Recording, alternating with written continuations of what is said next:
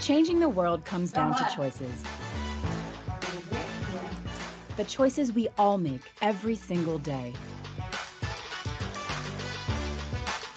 For more than 20 years, with initiatives like sustainable food production and greener supply chains, we've been helping our clients reduce their carbon impact on a warming world. Now, we're helping our people do the same. As part of our world climate strategy, we've partnered with environmental experts using the latest scientific insights to create an employee learning program that we believe is the first of its kind. The module begins with a poem that shows the deep emotional significance of climate action. The time to stand up and heal our wounded world is now. The e-learning is packed full of questions to separate what we know from what we thought we knew. Facts, to ground our aspirations in reality. Data visualizations that show where and how climate change is already impacting our communities. And powerful testimonials from passionate Deloitte professionals. And we've paired this with a suite of learning resources and tools that will just keep growing and growing. That shows how our small decisions about what we consume, use, and buy add up to big change. Our superpower is our people. 345,000 of them and counting, all connected in one climate-conscious movement. With the individual actions of all our people, combined with the steps we take as a firm, we can rewrite our future today. Because climate change is not a choice, it's billions of them.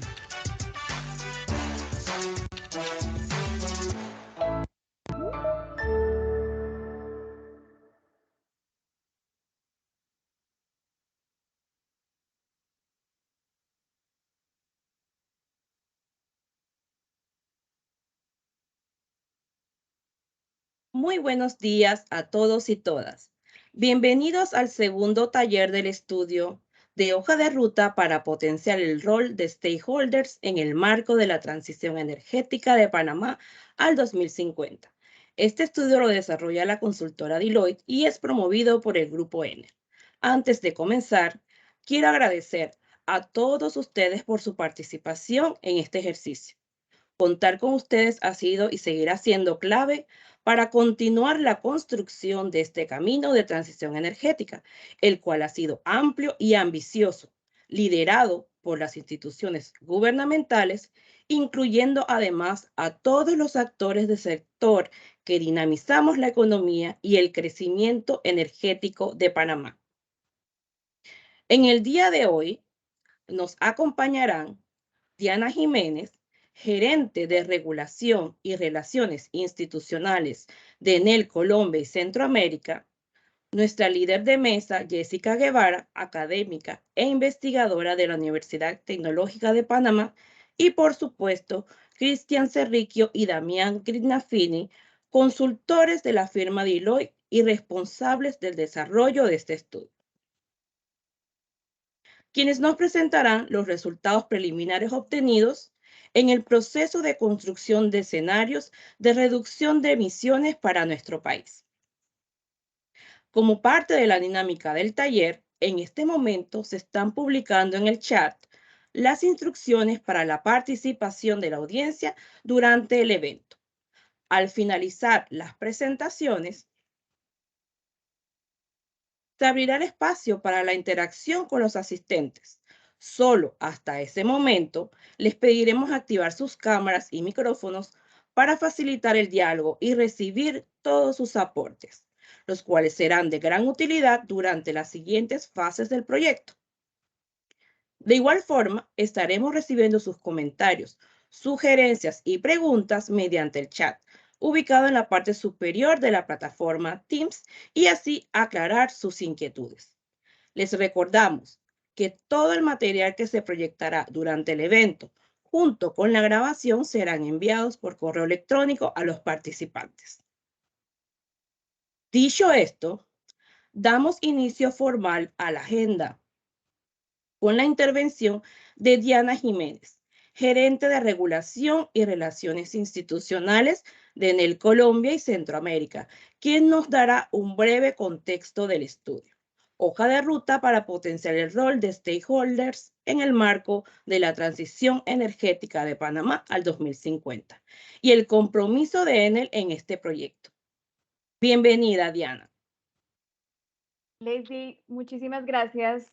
Muy buenos días para todos. De verdad que es un gusto para nosotros estar aquí nuevamente reunidos con ustedes en este segundo taller de la hoja de ruta para potenciar precisamente el rol de cada uno de ustedes, nuestros stakeholders, en el marco de la transición energética con esa visión 2030-2050.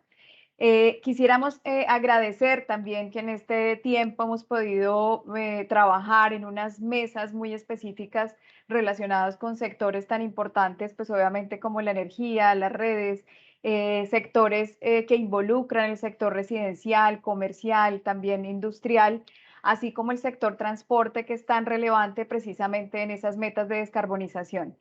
Como lo decías, Leslie, efectivamente nosotros seguimos desde Enel apostándole a esas metas de descarbonización, evidentemente, digamos, anticipándonos un poco en el 2040, pero la idea del estudio es precisamente seguir trabajando en esa visión 2050 para el país. Y creemos que es fundamental que el rol de Panamá en esta transición energética es vital precisamente como ese centro de conectividad, pues asociado a todas las operaciones interoceánicas, asociadas a todos los procesos de logística, de comercio.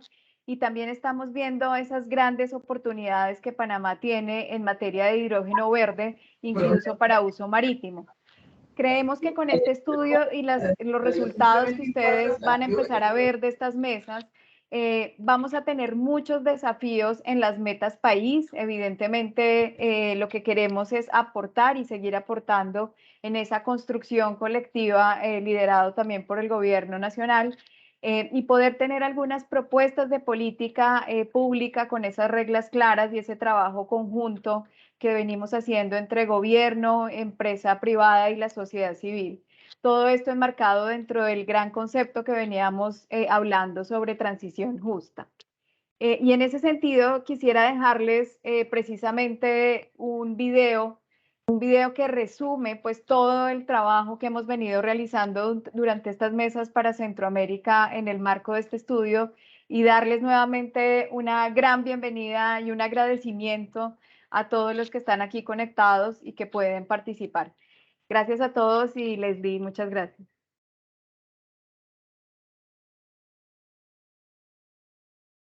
Muchísimas gracias, Diana. Ahora los invitamos a ver el video resumen que contiene el trabajo realizado durante las mesas de trabajo en Centroamérica en el marco de este estudio.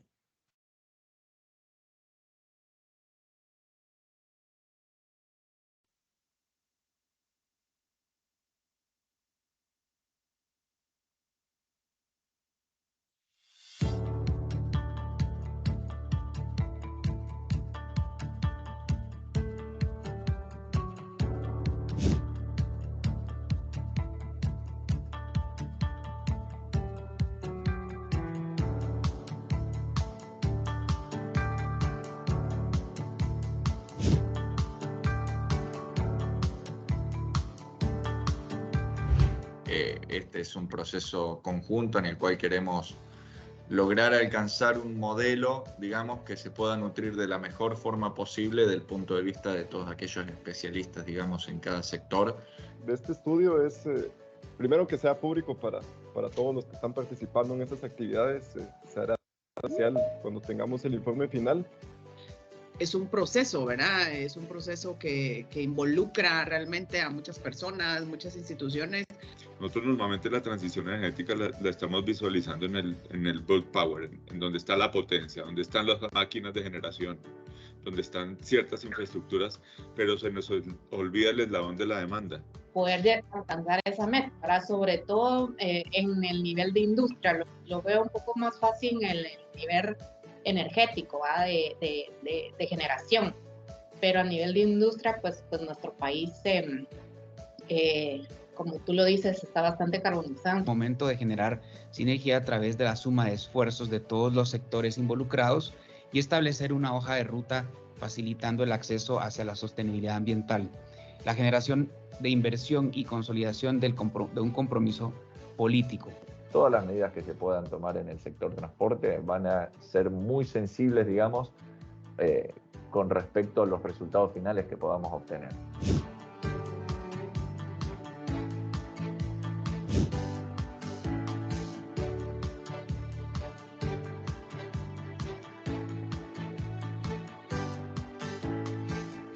No estamos en una época de cambio, sino en un cambio de época, ¿verdad? Y creo que eso aplica perfectamente en materia de energía. Y entendemos que los costos de energías limpias, digamos, en Francia decrecen. Eso en algún punto debería trasladarse también al consumidor y que le cueste de repente menos este tipo de tecnologías. Ahí es donde entra la banca multilateral a bajarle un poquito el temor a los intermediarios financieros locales. Ahora, y yo nada más quisiera traer nuevamente el tema de la importancia de la planificación y la estrategia centralizada que como país tenemos que desarrollar para que estos temas caminen de una forma armoniosa.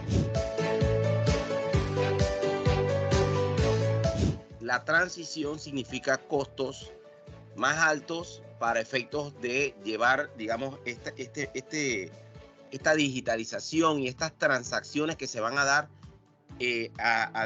a nivel de la red de distribución. Podemos trabajar en conjunto, ¿verdad?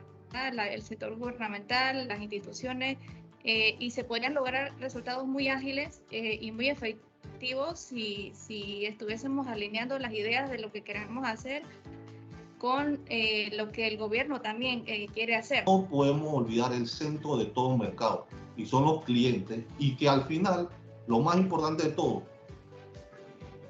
estamos en un planeta, no tenemos otra opción que convivir aquí. Entonces a veces hay que definir intereses económicos sobre lo que en verdad necesitamos para salvaguardar nuestra existencia y lo de las futuras generaciones, pero hay que también incentivarlo, no solamente entonces castigarlo, esperar que pague igual que todo, porque entonces alguien debe pagar por lo que se contamina entonces. Entonces tenemos que preguntarnos, señores, si el esquema que estamos utilizando es el más adecuado o se está alineando a la visión que tenemos nosotros en cuanto a esta transición energética. Están dos cocos en transmisión que te cambian mucho el escenario de cómo se comportan las redes, que son la expansión de CIEPAC, segundo circuito, y la conexión Colombia-Panamá. Pero sí que el hidrógeno va a estar, por supuesto, el hidrógeno verde está y llegó para quedarse, eso no quepa ninguna duda. Estamos muy contentos por los resultados del día de hoy. Se demostró que hay mucho interés de parte de los stakeholders en seguir participando, en aportar a este estudio, y obviamente se va a ver reflejado pues en los resultados que vamos a tener.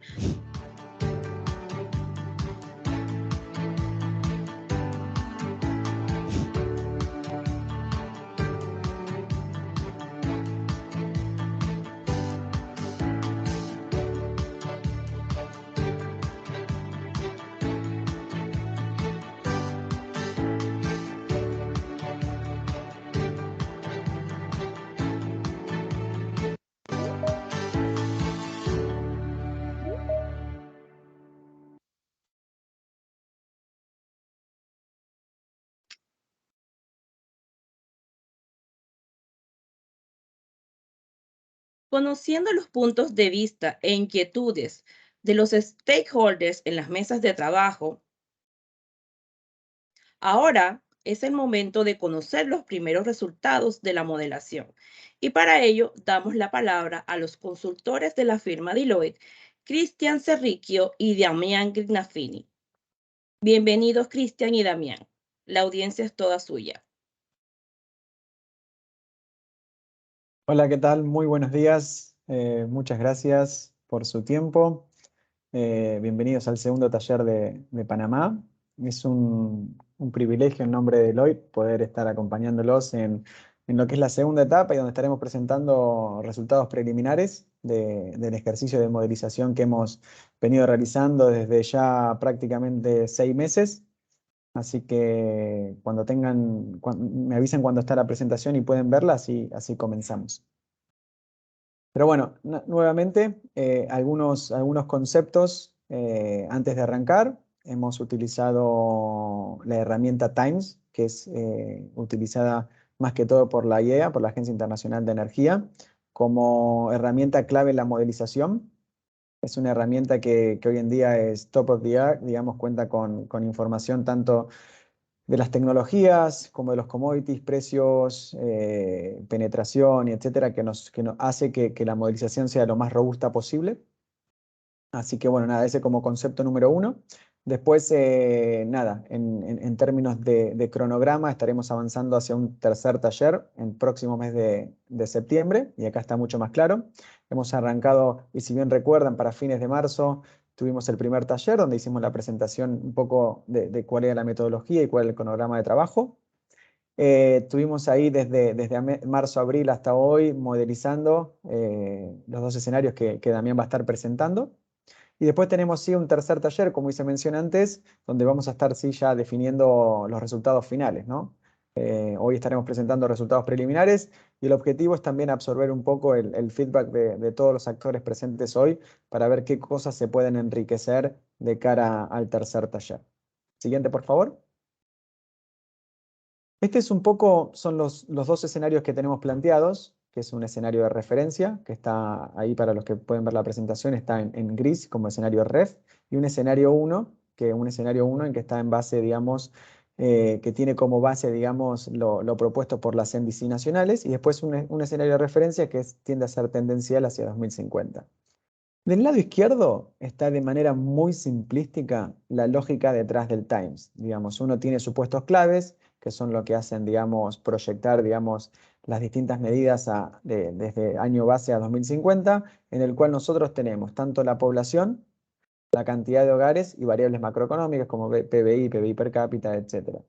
Debajo, en verde, está un poco más la lógica de cómo funciona el TIMES. Obviamente, para los que no son familiares del TIMES, uno arranca de un año base y después es como que aplica distintas medidas de mitigación o políticas de mitigación y va generando diferentes escenarios, ¿no? Obviamente, en esa lógica de optimización que tiene la herramienta, permite, digamos, ir jugando y en base a restricciones de CO2 que uno le va dando instrucciones al sistema o al software, generando los escenarios, ¿no? Entonces, nosotros tenemos, cada escenario tiene sus restricciones, tiene sus assumptions detrás, y lo que permite generar estos escenarios, y nosotros lo que estamos haciendo hoy en día es mostrar estos resultados preliminares. También incluimos, digamos, por fuera de la herramienta, lo que es un análisis costo-beneficio para entender, digamos, cuál es el costo de la transición y el costo de no hacer nada, digamos, al día de hoy. Siguiente, por favor.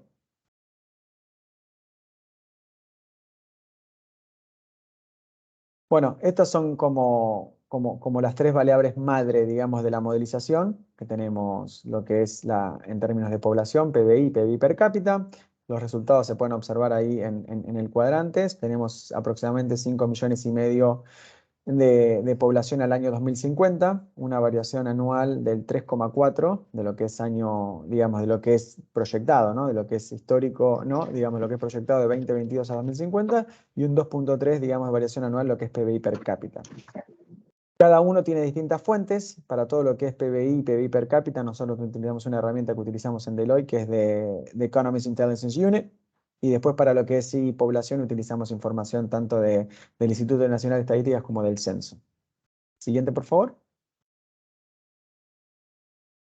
Acá un poco sí, como, digamos, esto lo utilizamos, digamos, como puntapié, ¿no? Esta es un poco la capacidad instalada en base a la Autoridad Nacional de los Servicios Públicos del país, y es un poco lo que utilizamos nosotros como puntapié, digamos, para las proyecciones que se vienen desarrollando, ¿no? Donde se puede observar, digamos, tanto hidro como térmico con grandes porcentajes, pero obviamente se puede observar que lo solar y eólico viene sumando y ganando penetración en los últimos años. Y eso es un poco, digamos, como puntapié que utilizamos para las proyecciones, más allá de que la herramienta Time solamente contiene, digamos, información, digamos, tanto de las tecnologías como precios de las tecnologías, disponibilidad de las mismas, penetración, etcétera, etcétera, que van, digamos, jugando dentro de la modelización.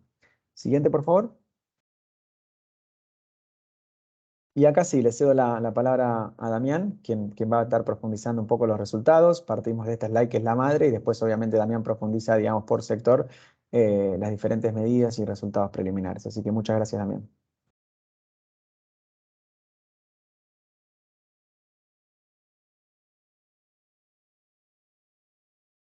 Damián, perdón, estás en mute.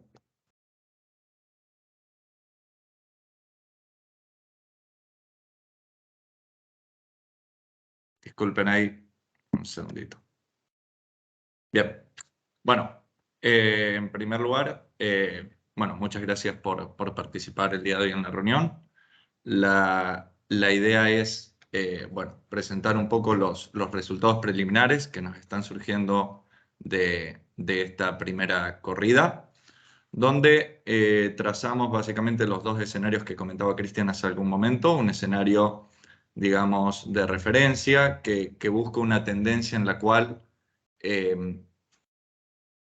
no necesariamente se aplican medidas, digamos, adicionales en términos de alguna forma mitigación o potencial de captura de carbono, sino que se deja, digamos, que el crecimiento en el nivel de actividad económica, que el crecimiento a nivel demográfico dé como resultado, digamos, mayor volumen de emisiones, digamos, por esa dinámica. Mientras que en el escenario, digamos, en el escenario 1, buscamos implementar algunas medidas, un poco trazando un paralelismo, como comentaba Cristian, con lo que son las NDC, de medidas de mitigación, y donde, si bien para cada sector, y como estaremos viendo más adelante, hay medidas que son específicas, para lo que es, digamos, los resultados, vemos un gran potencial de captura a 2050, y eso también lo desglosaremos un poco más adelante, que tiene que ver con captura de carbono en lo que es el sector no energético. Así que ahí, si podemos, pasamos a la siguiente diapositiva, así ya vamos haciendo un poco ese análisis de cada sector. Entonces, bueno, algunos indicadores que acompañan esta transición es lo que refiere a consumo de combustibles, donde lo que vemos es en un escenario referencial, donde, digamos, la tendencia se da más que nada por cambios tecnológicos que, bueno, son los que venimos viendo y los que se estiman, digamos, que continúen a futuro, pero sin medidas adicionales. Lo que vemos es que el nivel de electrificación de usos finales permanece similar, llega a un 29% de participación en 2050, sí, pero no hay reemplazo, digamos, de lo que son combustibles derivados del petróleo, o en este caso no energéticos, que prácticamente permanece constante. Vemos ahí una pequeña caída en lo que es el consumo energético en 2020, eso principalmente tiene que ver con efecto COVID. Digamos, este vendría a ser un escenario donde se mantienen las condiciones actuales, digamos, y en cuanto a evolución se continúa la dinámica temporal, digamos. Pasamos a la siguiente diapositiva. Y aquí ya sí vemos un poco cómo se comporta el consumo de combustibles en el escenario donde ya sí se juega con ciertas medidas de mitigación, donde ya sí empezamos a ver cambios en el consumo de combustibles, donde vemos que la participación de los derivados del petróleo, digamos, decrece hacia 2050, vemos un mayor grado de electrificación de usos finales, de esta forma, digamos, el consumo eléctrico sobre el consumo energético total llega a una participación del 41% en términos de millones de toneladas equivalente de petróleo. Y un punto importante que surge en este escenario es el hidrógeno. Digamos, esta herramienta Times, en su análisis de costo-eficiencia, lo que nos está dando es que el hidrógeno pasa a ser una opción, digamos, para sustitución de combustibles en el más mediano / largo plazo. De momento estamos llegando a un 9% del consumo total de energía a 2050 que está representado por el hidrógeno verde, principalmente en lo que es usos industriales. De cara, digamos, al tercer taller, la idea es trabajar un poco para ver el potencial, digamos, de lo que es el hidrógeno verde en términos de exportaciones a través del Canal de Panamá. Eso es algo que de momento el modelo no nos lo ha dado como opción, pero digamos, se va a estar incluyendo de cara al próximo taller. Ahí sí podemos, pasamos a la siguiente diapositiva. Bueno, lograr los resultados, digamos, que planteamos en términos de emisiones en el escenario, digamos, que aplica medida de mitigación, implica que haya básicamente 3 palancas en las cuales se intervenga para mejorar los resultados, tanto en el sector energético como en el sector no energético. Y esta palanca vendrían a ser, la primera es, bueno, mantener esta matriz limpia y, digamos, todo el adicional de demanda energética que se va a dar por un incremento en el nivel de actividad o bien por un incremento digamos, en lo que es el crecimiento demográfico propio de la población, que esa mayor demanda pueda responderse a través de lo que es desarrollo de energías renovables.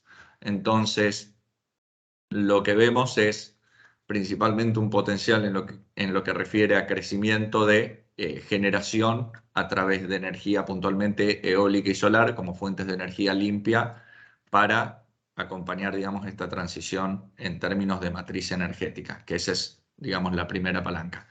La segunda palanca, que la vamos a ver en los siguientes sectores, tiene que ver con electrificación de usos finales y eficiencia energética, y la tercera aplica lo que es métodos de producción y consumo sustentables. Ahí si podemos, vamos a la siguiente diapositiva. Bueno, entonces considerando esta matriz, una de las estimaciones que realizamos dentro de los resultados que nos arroja el modelo es, ok, con esta proyección de demanda energética, ¿cómo damos respuesta haciendo uso de la capacidad firme con la que contamos? Entonces, en el caso de Panamá, nos da que los picos de demanda que se generan a 2050 los está cubriendo, sobre todo en el escenario, digamos, donde se aplican las medidas, en alguna porción con energía térmica, energía hidroeléctrica, y el restante lo está cubriendo con energía eólica. Esto siempre, digamos, el modelo te juega con una estructura costo eficiente de cómo dar respuesta a las demandas máximas. Ahí pasamos a la siguiente diapositiva. Bien, y todo esto, esta transformación de la matriz, esta electrificación de uso final, este crecimiento en la demanda eléctrica, tal como veíamos en la diapositiva donde teníamos la estructura de consumo de combustibles, demanda inversiones en redes. Entonces, tanto en un escenario tendencial donde hay un crecimiento leve de lo que es la electrificación de usos finales, como en el escenario ya con las medidas de mitigación, entendemos que este tendido eléctrico, para poder dar respuesta a todos estos cambios, debería crecer entre 3.200 y 3.500 kilómetros, lo cual demandaría inversiones en millones de dólares en más o menos entre 3.200 y 3.400 mil millones de dólares, sí, 3.200 y 3.400 millones de dólares a 2050. Pasamos a la siguiente diapositiva. Bueno, un punto también para entender las políticas que estamos incluyendo en esta tarea de modelización y para, digamos, también tomar un poco de contexto de cómo vinculamos esto a la realidad específica de cada país. En lo que refiere a Panamá, hemos contemplado desde luego todas las políticas que se incluyen para hacer carbono neutral al Canal de Panamá 2030, principalmente los puntos que tienen que ver con uso de energía hidráulica, reemplazo de procesos de producción de electricidad a favor de las plantas fotovoltaicas, los cupos prioritarios para clientes que demuestren uso de combustibles bajos en carbono. Estas son todas variables, digamos, que están incorporadas a la modelización porque lo que buscamos es que, digamos, el resultado sea consistente con todas las medidas que ya se vienen pensando también a nivel nacional. Pasamos a la siguiente. Ok, y acá empezamos a desglosar un poco cuáles son las medidas puntuales que estamos pensando para cada sector, digamos, de consumo energético. Entonces, partimos del sector transporte, que siempre es un sector, digamos, relevante tanto en términos de demanda como en términos de emisiones, donde básicamente las medidas de mitigación apuntan principalmente a electrificación, digamos, de la flota vehicular, tanto del transporte privado de pasajeros como del transporte público, alcanzando también lo que es el transporte de carga, sobre todo lo que es transporte de carga terrestre. Las inversiones que desde luego se requieren en desarrollo de infraestructura de carga para poder sostener esa transición hacia la electromovilidad. Y desde luego también lo que refiere a cambios modales en el transporte. De repente algo que nos dejó como enseñanza la etapa COVID fue que por ahí la gente empieza a moverse menos, se ha impulsado mucho más el trabajo de forma remota, entonces eso lleva a demandar en términos de kilómetros pasajeros menor cantidad de kilómetros. La gente empieza a optar por otros medios de transporte alternativos como las bicicletas o camina un poco más. Entonces también hemos intentado incluir ese impacto, digamos, que tienen los hábitos de consumo sobre lo que son las emisiones del sector transporte, porque sin lugar a dudas, siendo la medida base de la proyección de demanda y por tanto de emisiones, los kilómetros que se realizan, esto sin lugar a dudas tiene un impacto en esa variable. Mencionamos algunos KPIs en la diapositiva. Primero, entender un poco estas medidas, el impacto que tienen en términos de reducción de emisiones. Vemos que contra el escenario tendencial a 2050 estamos pasando de 4,7 millones de toneladas de CO2 equivalentes a 1,4. De esta manera estamos recortando más de 3 millones de toneladas de emisiones. Y en lo que refiere a demanda de combustibles, vemos claramente que en el escenario propuesto con medidas de mitigación, la participación de electricidad es importante en términos de consumo total, y eso se da principalmente porque en este escenario lo que es flota vehicular, sean autos eléctricos, buses eléctricos, motocicletas, se están electrificando a una tasa muy alta, entre el 90 y el 100%, y el transporte de carga también tiene alguna participación ya de electromovilidad, entonces esto hace que el consumo de energía eléctrica gane relevancia contra los derivados de petróleo. Pasamos a la siguiente. Lo mismo aplicamos, digamos, para lo que refiere al sector residencial, comercial y de servicios públicos, donde las medidas de mitigación van más orientadas a electrificación de usos finales, eficiencia energética, recambio de luminarias convencionales por luminarias LED, que son más eficientes y eso te permite reducir tus emisiones indirectas. Lo que tiene que ver con códigos de edificación de nuevos edificios, digamos, que estén adaptados a estas nuevas tecnologías. Y por su parte, más para lo que es el largo plazo, lo que refiere a remodelización de los edificios existentes para adecuarlos también a estas tecnologías. Y esto lo que nos permite, digamos, es de cierta forma mitigar esas emisiones que se te generan, esas emisiones adicionales que se te van generando por un crecimiento demográfico, y por eso tenemos esta diferencia, digamos, entre el escenario de referencia y el escenario con políticas de mitigación. Y si vemos el consumo de combustibles, precisamente vemos que es inferior en el escenario con medidas por todas estas políticas, digamos, de recambio a tecnologías que son más eficientes y que por tanto se deriva en un menor nivel de consumo energético. Pasamos a la siguiente. Bien. Aquí hacemos un análisis de lo que es el sector industrial. En el sector industrial, las medidas de mitigación tienen que ver con recambio de maquinarias y motores a nuevos motores que sean más eficientes, códigos de eficiencia energética, abandono de prácticas que sean altamente contaminantes, esto que decíamos hace algún momento de cambiar patrones tanto de consumo pero también de producción. Y se está introduciendo, digamos, cuando el Times hace este juego de buscar distintas formas de descarbonizar, está encontrando que en el sector industrial hay un potencial para lo que es introducción del hidrógeno verde como vector de descarbonización. Todo este paquete de medidas lo que te permite es reducir a 2050 las emisiones con respecto del escenario tendencial. Sí es cierto que si comparamos contra el año base, estas emisiones casi que se duplican, eso es por efecto del crecimiento de la actividad económica. Si lo comparamos contra la tendencia, tenemos una diferencia de 2 millones de toneladas de CO2 equivalente a 2050 que estarías mitigando por estas medidas adicionales. Pasamos a la siguiente diapositiva, por favor.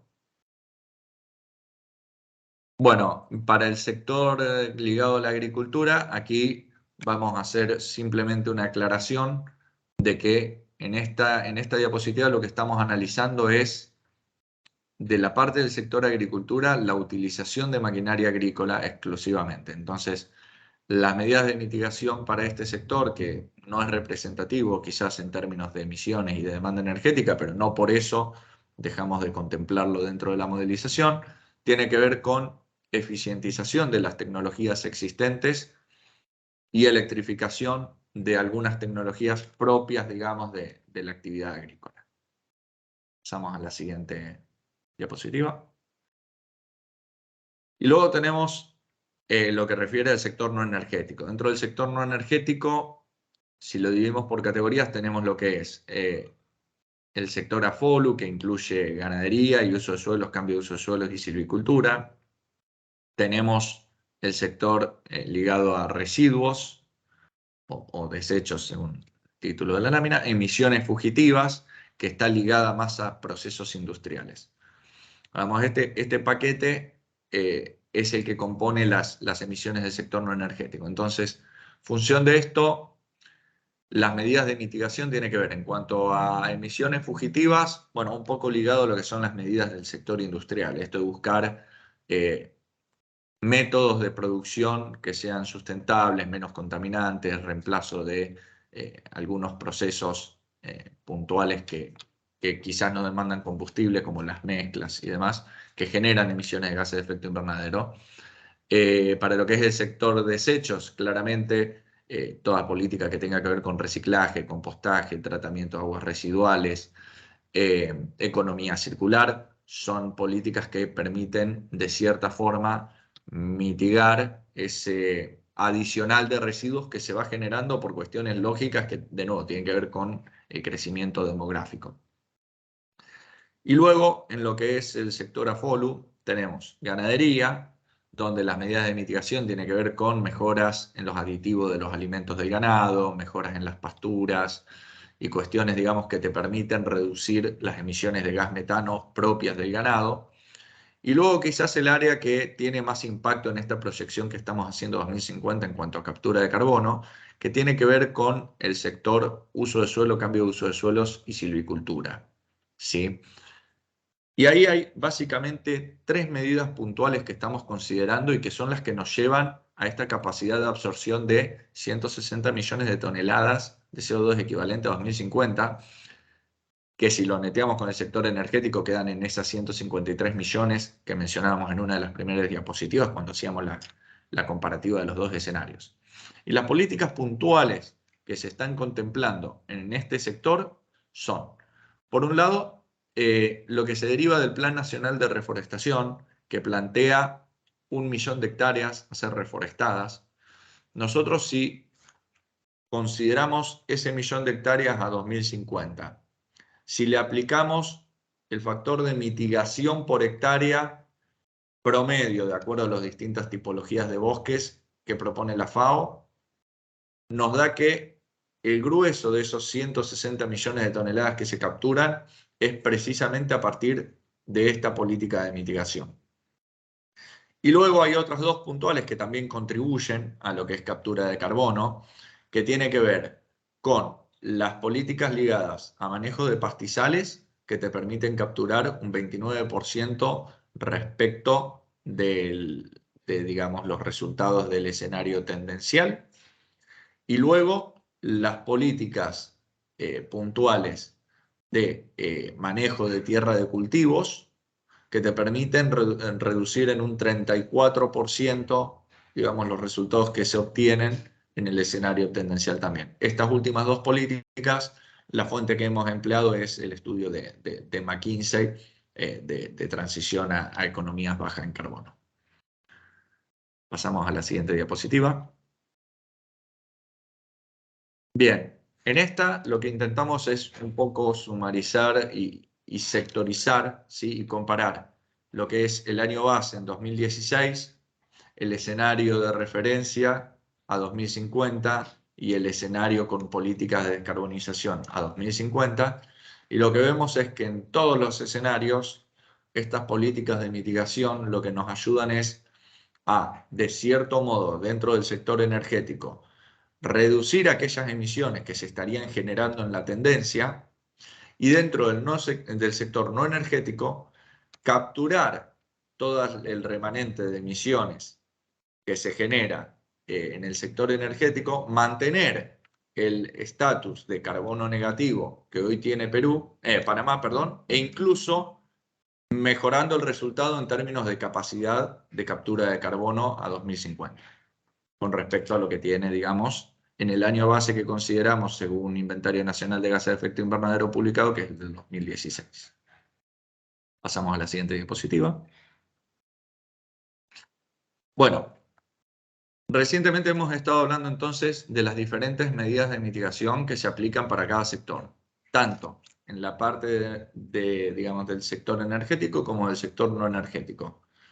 Todas estas medidas de mitigación tienen asociados un costo de inversión, un CAPEX, tienen asociado un ahorro por cuestiones de eficiencia, que lo podríamos ver como costo operativo evitado, precisamente por adoptar tecnologías que son más eficientes. Y por otro lado, se considera también proporcional para cada medida de mitigación en función de cuánto permite mitigar en términos de emisiones o capturar en el caso de lo no energético, de costo social de carbono, es decir, cuál es el costo de una unidad adicional en términos de toneladas de CO2 equivalente emitidas, que nosotros estamos estimando en función de la bibliografía en unos $44 por tonelada. Entonces, teniendo en cuenta estas 3 variables, lo que hemos realizado es un análisis, digamos, de cuál es el costo-beneficio medio por tonelada de cada una de las medidas que hemos ido mencionando. Y cuando hacemos ese promedio, tomando el costo-beneficio unitario de cada medida en función del total mitigado, nos está dando un beneficio medio de 21,94 dólares por tonelada mitigada o capturada de CO2. Ahí pasamos a la siguiente diapositiva. Y ahora en esta, lo que hacemos es un análisis, digamos, de el costo-beneficio total para este escenario con medidas de mitigación. Y en esta oportunidad, si recuerdan, recién hablaba de, por cada medida tenemos en cuenta 3 variables. Aquí les separamos para ver el impacto por su propia cuenta de lo que es el costo social de carbono. Entonces, vemos para cada uno de los sectores cuál es su costo-beneficio total en función del neto entre las inversiones requeridas menos, digamos, lo que nos ahorramos en términos de costos operativos. Eso nos da un costo total de 3,8 mil millones de dólares.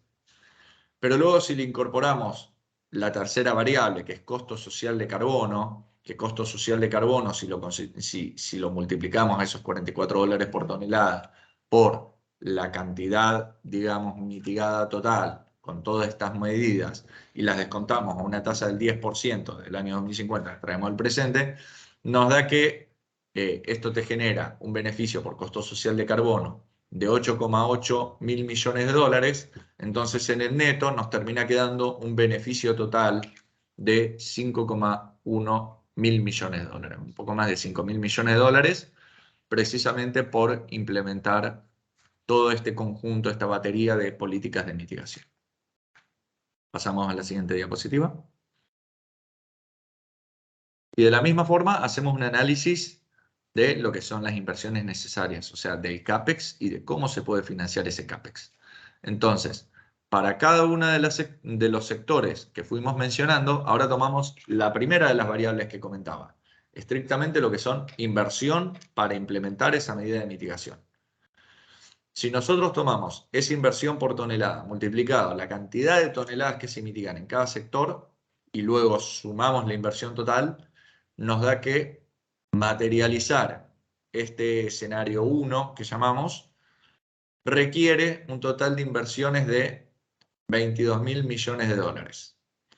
Ahora bien, nosotros cuando a las toneladas que se logran mitigar con estas medidas de mitigación le aplicamos el carbon pricing o los futuros de carbon pricing que tenemos de hoy a 2050 y descontamos también esos flujos, llegamos a que de esos 22 mil millones de inversiones, 20 mil millones y un poco más, 20,4 mil millones de dólares, pueden financiarse a través de carbon pricing. Es decir, un 92% de la inversión total se puede financiar a través de carbon pricing.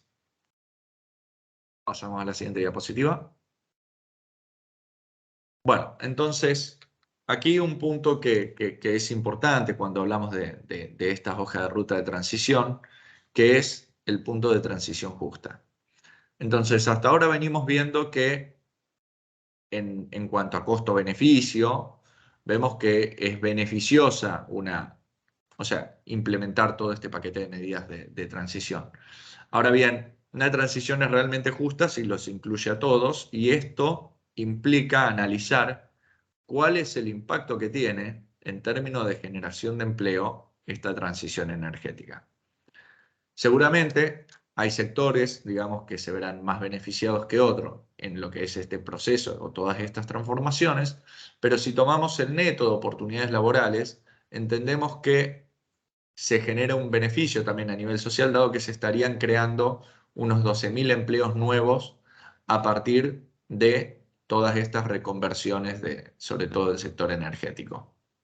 Y a su vez, si hacemos un análisis del segmento ligado a las mujeres, vemos que de la participación del 21% del sector energético de mujeres, se está pasando a una participación del 33%, también producto, digamos, de estas nuevas oportunidades que van surgiendo producto de la transición.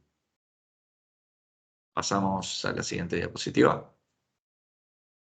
Bueno, y a modo resumen, si bien ya hemos estado conversando sobre las políticas puntuales de cada uno de los sectores y de cuáles son los facilitadores para alcanzar los resultados que fuimos mencionando, aquí lo único que mostramos fue, ok, ubiquemos, digamos, estas políticas en el corto y cuáles son más de mediano y largo plazo. Entonces, de corto plazo para lo que es sector residencial, comercial y de servicios públicos. Fijar estándares o fijar metas de renovación tecnológica o estándares de eficiencia puede ser algo de corto plazo. Ahora, reconvertir las edificaciones existentes, redefinir, digamos, los estándares para estas edificaciones, digamos, que requieren el retrofit, son más inversiones, digamos, de largo plazo. Y hay medidas, digamos, que tienen que acompañar, digamos, toda la vida de la transición energética, como por ejemplo los esquemas de auditoría, inspecciones energéticas, estándar o sistemas de financiamiento que de cierta forma al usuario final le haga conveniente hacer esta transición a las nuevas tecnologías. Alguna medida que quizás más de corto plazo, lo que es recambio de luminarias, pasar completamente a luminaria LED te permite ser mucho más eficiente en tu consumo eléctrico, ergo estás cargando menos la matriz y estás teniendo menor nivel de emisiones indirectas. Y bueno, estas son principalmente las medidas que fuimos mencionando ahí del sector residencial. Pasamos a la siguiente, por favor. Para lo que es el sector transporte, bueno, introducción de mecanismos de créditos para lo que son vehículos eléctricos y que esto, digamos, tenga un impacto tanto en fabricantes como importadores de esos vehículos. Luego, quizá más en el largo plazo, creación de estos mismos mecanismos para los fabricantes e importadores de buses eléctricos, porque también, digamos, dentro del transporte público de pasajeros tenemos este objetivo de electrificación de usos finales. Y quizás el ir fijando algunos privilegios de circulación para los vehículos eléctricos como para dar un incentivo más a este cambio de parque vehicular también por parte del usuario. Algo que debería ya, digamos, alcanzar a toda la vida de la transición, licitaciones públicas basadas en criterios de sostenibilidad, la infraestructura de puntos de recarga que tiene estas inversiones tienen que ir acompañando el crecimiento de la flota vehicular eléctrica, apoyar mediante sistemas de incentivos, créditos, a todo lo que es innovación y desarrollo de estas tecnologías. Son digamos, estas son los principales medidas o políticas a considerar tanto de corto como largo plazo en el sector de transporte. Y pasamos a la siguiente. En el sector industrial tenemos las medidas que conversábamos respecto de recambio de motores, recambio, digamos, de maquinarias, actualización del parque industrial, digamos, para un, digamos, mejor o para una mayor eficiencia en cuanto a consumo. Esas son medidas que tienen que empezar en el corto plazo, pero tienen que acompañar a lo largo de toda la vida de la transición. Acceso al financiamiento también para el recambio de estas tecnologías, la lógica es que acompañe por el mismo periodo de tiempo, mejorar lo que es gestión de demanda, habilitando lo que es la flexibilidad, la autogeneración también por parte del sector industrial, y algo que de momento el modelo nos está dando más como una política de largo plazo es la introducción del hidrógeno verde como un vector de descarbonización. Luego, para lo que es el sector de energía y redes, bueno, la principal medida tiene que ver con mantener una matriz limpia que pueda abastecer este incremento en la demanda, como hablábamos al principio, por crecimiento demográfico, por crecimiento en el nivel de actividad, a partir de fuentes de energía renovables a través del desarrollo de energía eólica y solar. Entonces, esta instalación de estos parques son medidas tanto de corto como de largo plazo, promover mecanismos que permitan financiar también es el desarrollo de este tipo de obras y asegurar las inversiones en nuevas redes para que, digamos, sea factible este mayor uso de artefactos eléctricos como consumo final en los distintos sectores que hemos ido viendo, pero también, digamos, para poder interconectar todas estas obras que se hacen, digamos, a nivel generación también. Siguiente slide. Y ahí ya le devuelvo la palabra a Cristian. Bueno, muchas gracias, Damián. La idea es para comentarles un poco cuáles serían los próximos pasos del cronograma. Esta nuevamente es una presentación preliminar, por lo cual vamos a dejar un tiempo de preguntas y respuestas. Ahí vi que ya hay 4 o 5 en el chat que estaremos respondiendo al final de la presentación. Y este es un poco el cronograma para que todos estemos alineados, digamos, a los próximos pasos. Nuevamente tenemos un tercer taller donde vamos a estar presentando resultados preliminares, y la idea es, entre el segundo taller ahora en agosto y septiembre, la idea es poder, digamos, el feedback, comentarios o reuniones que soliciten posteriori a hoy, es poder nutrir, digamos, la modelización con el feedback y el valor que nos puedan aportar, digamos, todos ustedes. Entonces, nada, estamos hoy presentando resultados preliminares, tenemos en un mes aproximadamente un tercer taller donde allí presentaremos resultados finales, y la idea es aprovechar este mes para ese feedback, enriquecer nuestro trabajo. Así que creo que esta es la última slide, y ahí devuelvo la palabra. Bueno, estos son nuestros datos de contacto. Obviamente la presentación se estará compartiendo para todos ustedes para que puedan tenerla y revisar algunos números en detalle. Pero bueno, ahí sí devuelvo a Leslie la palabra y quedamos nuevamente a disposición.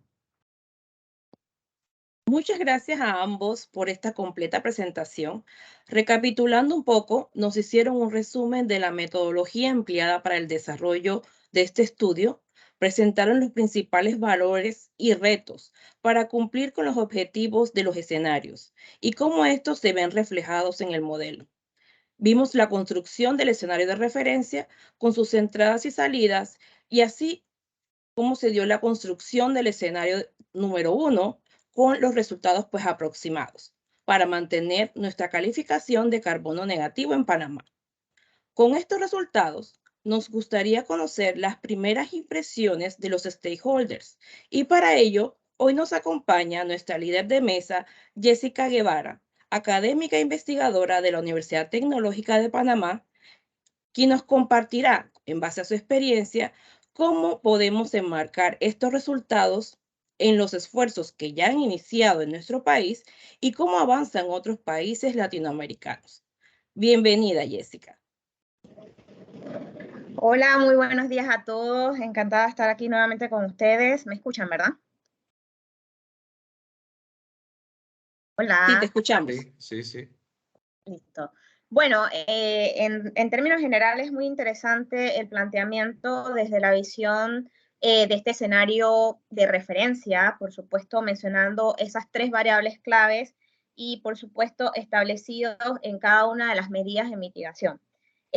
Una de las cosas que me gustaría resaltar es el resultado puntual de que se venía viendo en los datos preliminares en el sector, podemos decir, agroindustria, silvicultura, en donde si bien en los datos establecidos veíamos un crecimiento que pudiese de alguna manera afectar nuestra clasificación de carbono negativo, tomando en cuenta estas medidas implementadas, vemos un resultado que inclusive puede, digamos, esos valores que venían decreciendo pueden aumentar. Y en relación al uso que se le pudiese dar, que bien resaltan desde el punto de vista del uso de la energía, vemos cómo la bioenergía pudiese tener un rol importante en estos resultados preliminares, el uso de los residuos sólidos urbanos, el aguas residuales. Yo creo que Panamá tiene un gran potencial con el tema de la bahía y los desechos, los lodos sólidos, los biosólidos, que pudiésemos resaltar para tener plantas, tener grandes biodigestores que de alguna manera se pudiesen canalizar por sectores, no solamente en la ciudad de Panamá, sino en todos los, digamos, municipios que se pudiesen instalar plantas que en el futuro pudiesen estar generando biogás. Y este biogás también lo pudiésemos trasladar al uso de cocción, que pudiesen estar de alguna manera en las casas rurales, donde dejemos de usar leña y empecemos a usar biogás con residuos sólidos. Yo creo que es un punto muy interesante que se pudiese tener en cuenta desde el punto de vista del uso energético que pueden tener estos residuos y empezar con este tema de la economía circular y aprovechar todos los elementos dentro del proceso y de alguna manera impulsar este sector. Y de alguna manera ver este resultado de mantenernos como carbono negativo es sumamente positivo, siempre y cuando las medidas impulsen el desarrollo en el camino de esta transición energética. Otro aspecto importante que pudiese resaltar es la importancia de tener los caminos para la gestión de la demanda, que digamos que es un rol importante, esa flexibilidad que le podamos dar a ese usuario final, que va a estar obviamente en cada uno de los sectores, poniendo de alguna manera un uso racional y digamos que impulse a que todos seamos parte del uso adecuado de la energía, de alguna manera implementando soluciones para hacer un equilibrio entre las futuras inversiones a nivel de generación y, por supuesto, que esto sea el equilibrio que gestione a través de la demanda como un ente activo participativo que al final va a tomar un rol preponderante en esta transición energética. Digamos que esos son los puntos que me han llamado bastante la atención de estos primeros resultados preliminares y que creo que de alguna manera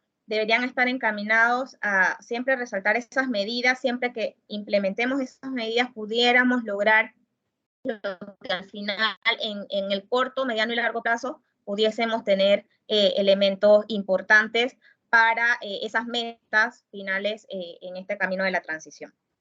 Leslie, con esto yo creo que pudiese terminar mi intervención y daría paso a las preguntas que se tienen en el chat. Muchísimas gracias, Jessica. Resalto de tu mensaje, bueno, ese rol de la bioenergía, el uso de residuos y el tratamiento de aguas residuales y todo el uso energético que esta tiene y podríamos darle tanto en la ciudad de Panamá como en el resto de los municipios, que muchas veces pues son detalles que se escapan, digamos que de la evaluación solamente energética, pero definitivamente aquí tenemos un potencial. Muchas gracias. Ahora deseamos escucharlos a ustedes. A partir de este momento, pueden levantar la mano haciendo uso del icono disponible en Teams y ordenadamente atenderemos sus consultas y comentarios. Vale la pena resaltar que el valor de este trabajo estará en todas esas sugerencias, comentarios e interrogantes que surjan de este diálogo, pues fortalecerán los resultados del estudio.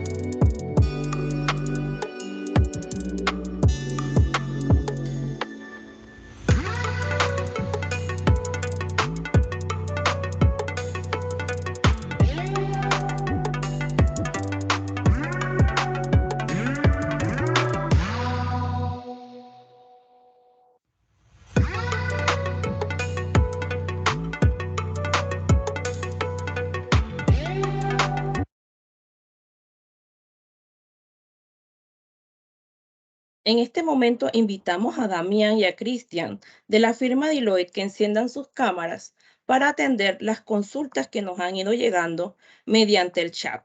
Igual les recordamos que pueden hacer uso de la palabra haciendo uso del botón de Teams para levantar la mano y les daremos paso pues a los participantes. Gracias, Leslie. Hay un comentario antes de arrancar, creo que hay 5 o 6 preguntas. un agradecimiento. Creo que tenemos más de 53 invitados, así que es un placer. Y nuevamente me sumo a las palabras de Leslie, donde nos contamos, digamos, con el apoyo de ustedes para poder enriquecer el trabajo y tener un producto robusto, digamos, para el tercer taller.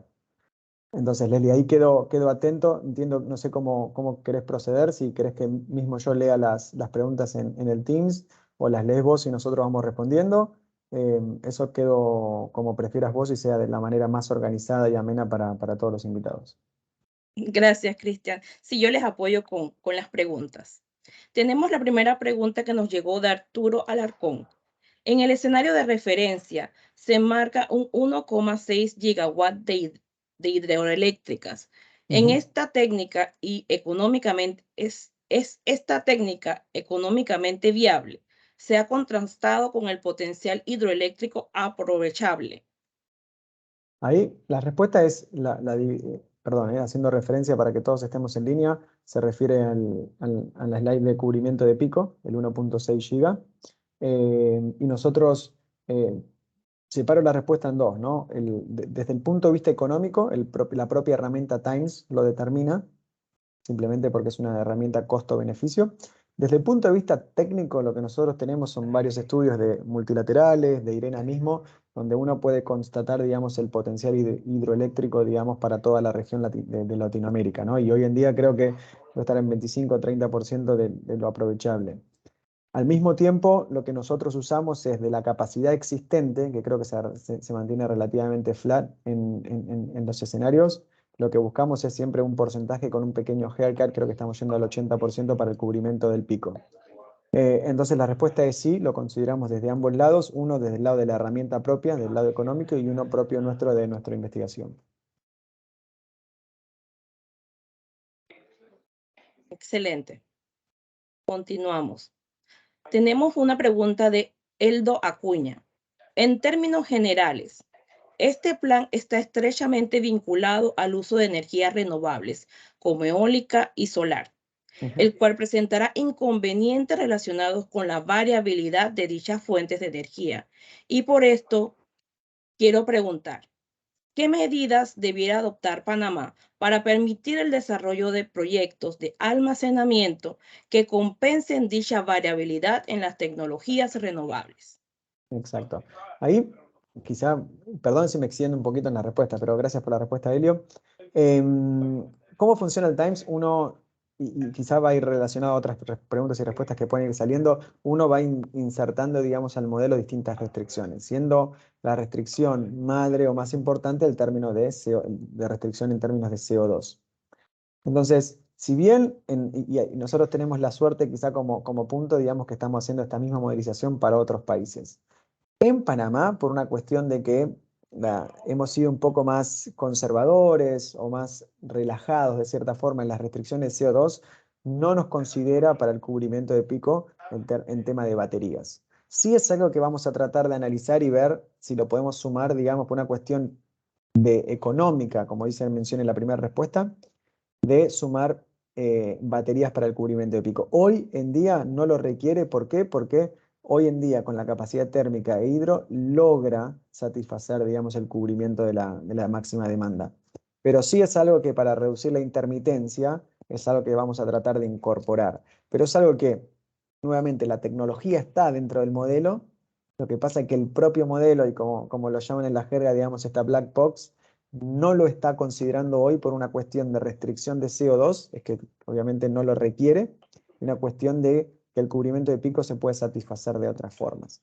Pero bueno, es algo que nos gustaría tenerlo porque creo que es algo que a nivel 2050 es algo que va a estar en Panamá y es algo que deberíamos poder de sumarlo. Excelente. Continuamos con una consulta de Glendis Santillana.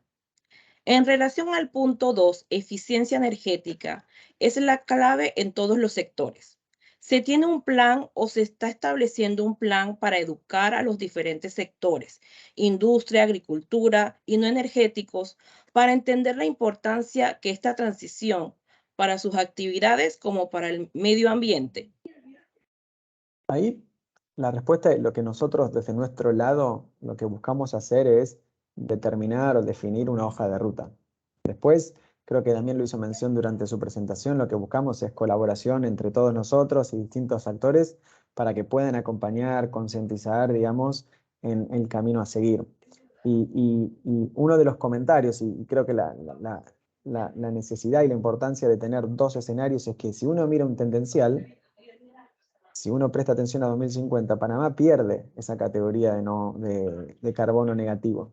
Entonces, es importante, más allá de que hoy están en esta categoría, de que este trabajo se siga haciendo y que exista una hoja de ruta, porque se pierde esa carbono negatividad y por lo cual hay medidas en los distintos sectores, como hizo hincapié Damián, para ir trabajando a corto plazo, que es 2030 hoy en día, acá a vuelta de la esquina, y sí a 2050 con una visión un poco más a mediano y largo plazo. Pero lo que buscamos nosotros es definir una hoja de ruta y después contar con la colaboración de los distintos stakeholders para que acompañen, digamos, esta hoja de ruta.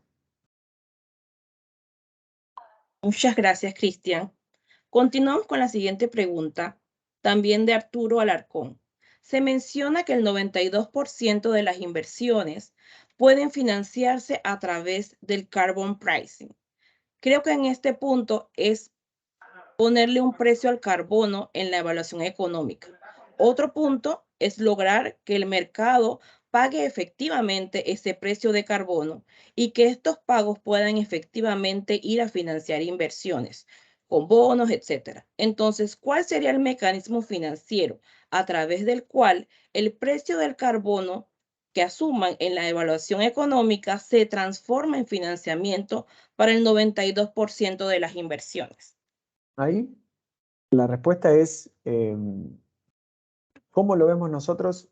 Digamos, obviamente uno puede tener el precio de carbono, creo que como hacía mención Arturo, que uno lo puede tener, digamos, dentro, hoy no está dentro de la modelización por una cuestión conceptual, digamos, uno lo puede incorporar. ¿Por qué? Porque obviamente después el mismo modelo, con este costo, digamos, adicional, logra determinar qué tecnologías usar y cuáles no usar. Ese es el objetivo de tenerlo como evaluación de proyecto. Lo que nosotros hacemos para evitar esto es, lo que nosotros buscamos es cuando una restricción de CO2, al mismo tiempo implícitamente uno le está incorporando un precio de carbono. Entonces, de esa forma es que uno mitiga, vos podés directamente asociarle un costo a las distintas tecnologías o directamente asociar una restricción de CO2 por sector, como es lo que se está haciendo en la modelización.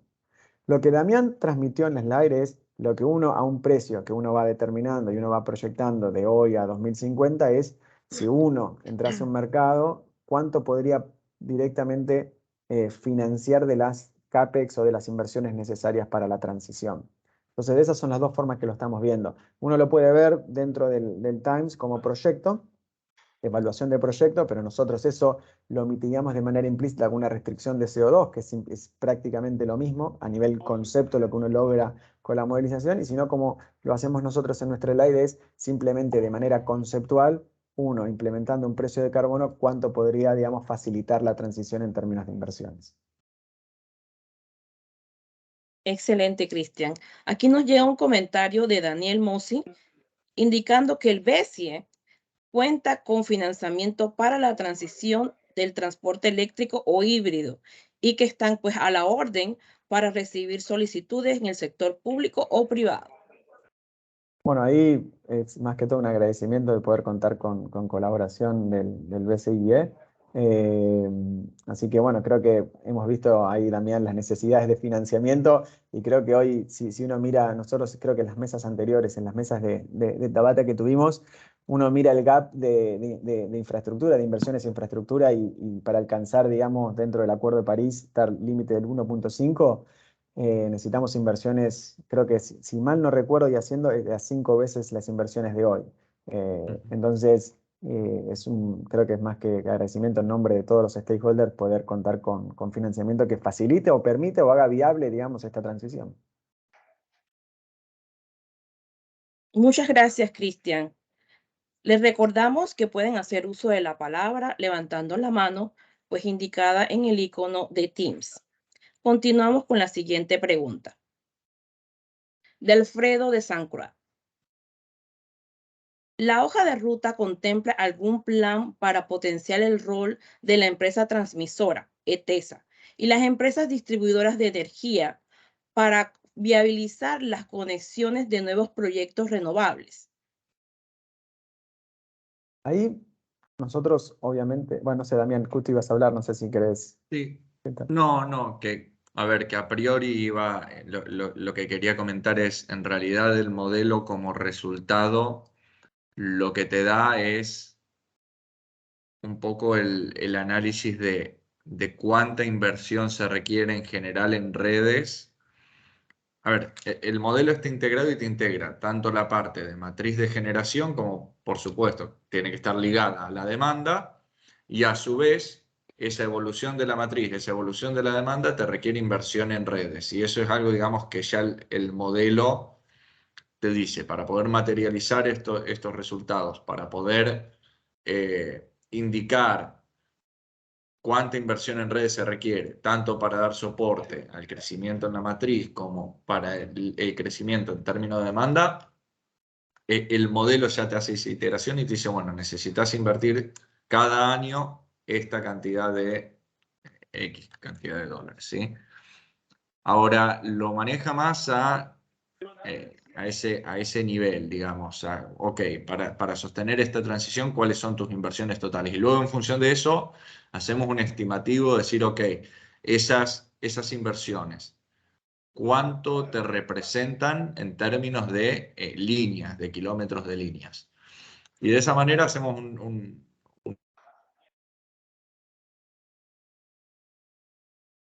para... Perdón, ahí...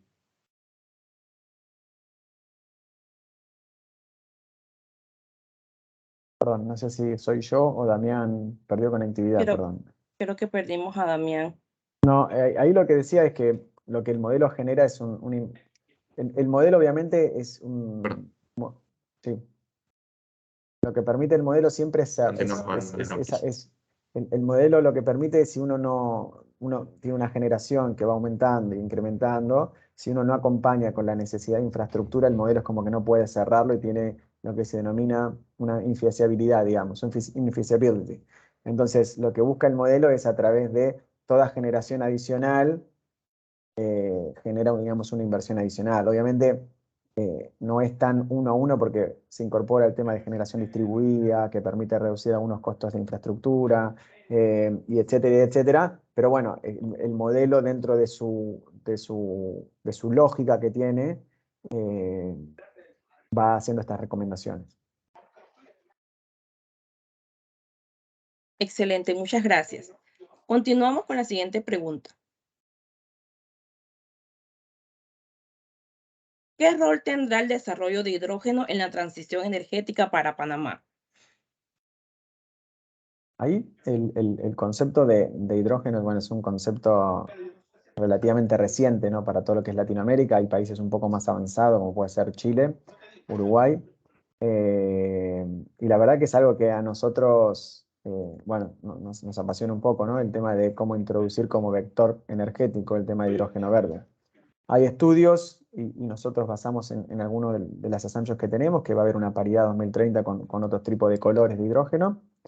Y bueno, después lo que nosotros vamos analizando país por país es la penetración en términos de consumo interno. Damián hizo hincapié y mostró cómo logra penetrar, digamos, en el sector industrial.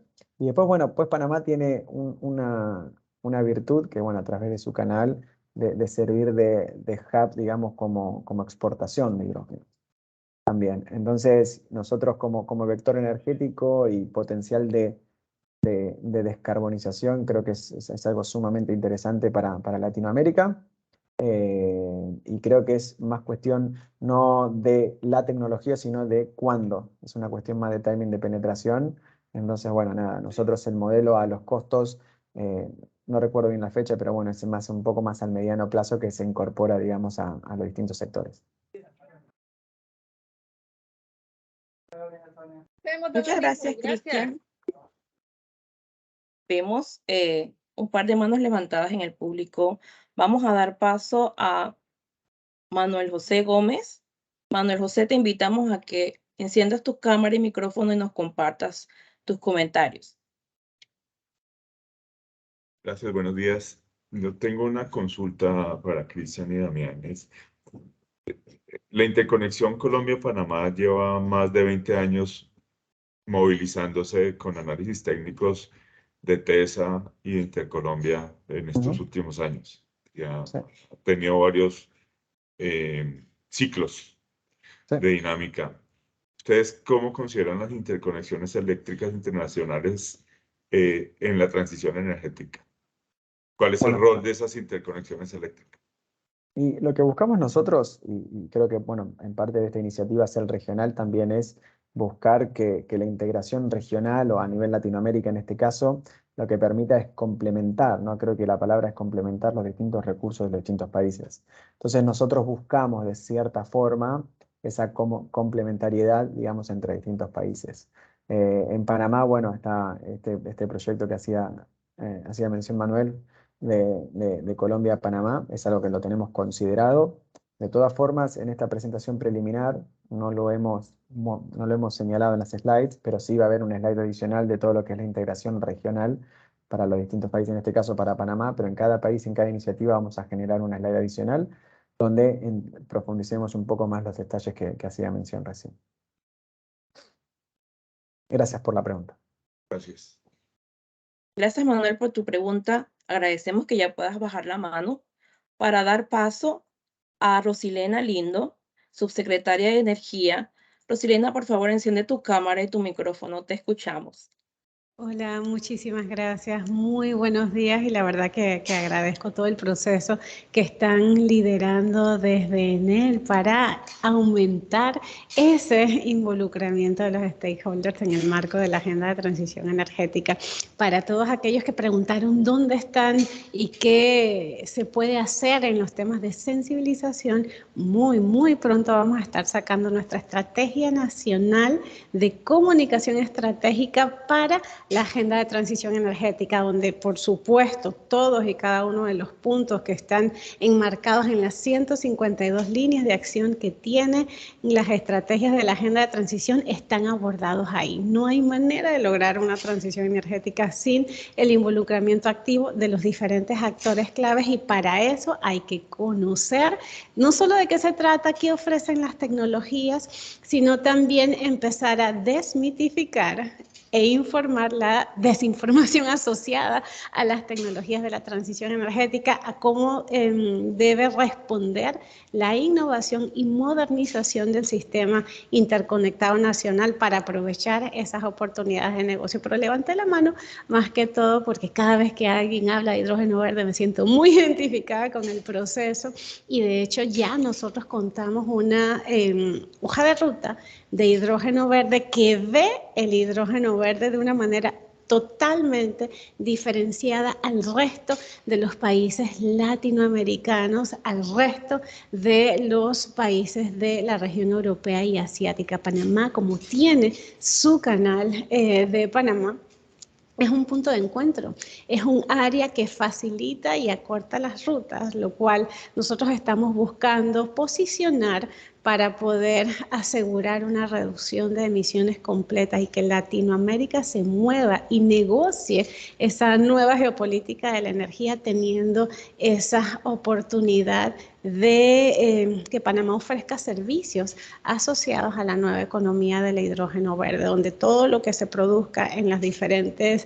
latitudes de la región latinoamericana pueda pasar por aquí, es cierto, pero también nosotros tenemos una oportunidad interesante, no tan solo de producir hidrógeno verde, de transformarlo a amoníaco verde, a queroseno, a metanol, sino también poder dar un servicio de despacho de hidrógeno verde y amoníaco verde para el sector marítimo, queroseno para el sector aviación a mediano y largo plazo. Pero en el corto plazo, muy prontamente también vamos a estar haciendo unos anuncios muy interesantes de cuál va a ser ese primer proyecto de producción de hidrógeno verde en nuestro país. Ya tenemos compañías que se encuentran panameñas en sus procesos de diseño de proyectos de hidrógeno verde, también para almacenamiento, y muy prontamente pues esperamos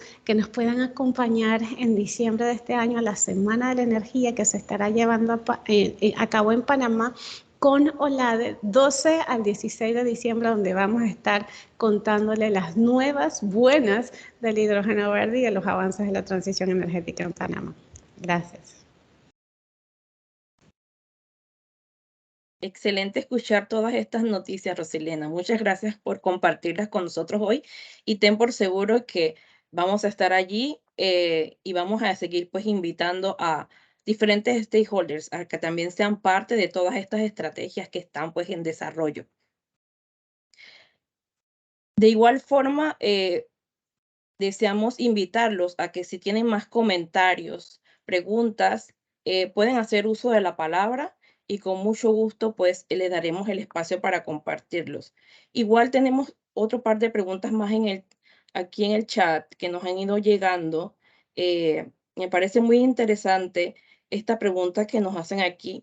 Para profundizar, me gustaría entender qué fuentes se consideran para obtener el valor de absorción de emisiones que fue presentado en el sector no energético. Damián. Perdón, ahí se me cortó un segundito el audio. Si pudieran repetir la Respecto pregunta. de la fuente para como el cálculo de la absorción del sector no energético. Por eso. Bueno, pensé que ahí quería asegurar. Bien. Ok, para dar la fuente exacta, ¿sí? Lo que es reforestación, lo que tiene que ver con la cantidad de hectáreas reforestadas, estamos considerando el Plan Nacional de Reforestación. Ese 1.000.000 de hectáreas sale precisamente de este plan. Para lo que tiene que ver con el potencial de absorción por hectárea reforestada, ahí hay un informe de lo que es la FAO, que ahora estoy justo buscando bien el nombre del informe, que te da por tipo de bosque cuál es el potencial de captura por hectárea. Entonces, en función de eso, hemos tomado un promedio, ¿sí? Lo cual nos lleva a decir que cada hectárea permite la captura de una porción muy chica de millones de toneladas de CO2 equivalente. Ahora nosotros cuando multiplicamos eso por el 1.000.000 de hectáreas a reforestar, nos da el valor que comentábamos. Acá lo tengo el informe de la FAO, se llama Secuestro de carbono en bosques, su papel en el ciclo global. Esa vendría a ser la fuente. Luego, para lo que es el resto del sector no energético, digamos, lo que mencionábamos de mejor en manejo de pastizales, mejoras en manejo de tierras para cultivos, la fuente es el informe, o la principal fuente, el informe de McKinsey con respecto a claves para la transición a economía baja en carbono. Esas son las principales fuentes que hemos considerado, que obviamente luego todas estas medidas políticas, porcentajes y demás, lo vamos llevando sobre la realidad de Panamá, porque cuando es comparativo contra el escenario tendencial, por supuesto, es contra el tendencial de Panamá, y por eso también vinculamos el plan de reforestación también. Esas vendrían a ser las fuentes. Muchísimas gracias, Damián. De igual forma, pues estas fuentes estarán incluidas en el informe del estudio que tendremos al final pues, de esta evaluación. Muchísimas gracias, Cristian, Damián, por atender todas estas preguntas. Respetando el tiempo de todos, les informamos que hasta el 17 de agosto seguiremos recibiendo preguntas, comentarios, opiniones. Pueden hacérnoslas llegar mediante correo electrónico a la cuenta te-panama@enel.com y de esta manera todos sus aportes serán incluidos en el informe final. Los invitamos a contestar una breve encuesta de satisfacción que nos ayudará para los futuros espacios que tendremos de co-creación escaneando el código QR mostrado en pantalla. Los esperamos en el tercer y último taller, donde mostraremos los resultados finales y sus recomendaciones, las cuales servirán de insumo para todos nosotros y el gobierno a cargo de la transición en nuestro país. Nuestro ideal es continuar contribuyendo decididamente en la lucha contra el cambio climático. Para Enel y Hydroit, ha sido un gusto poder contar con todos ustedes y estamos seguros que con esta práctica continuamos construyendo el camino de la transición energética. Muchas gracias a todos por sus aportes y su participación. Que tengan un feliz día.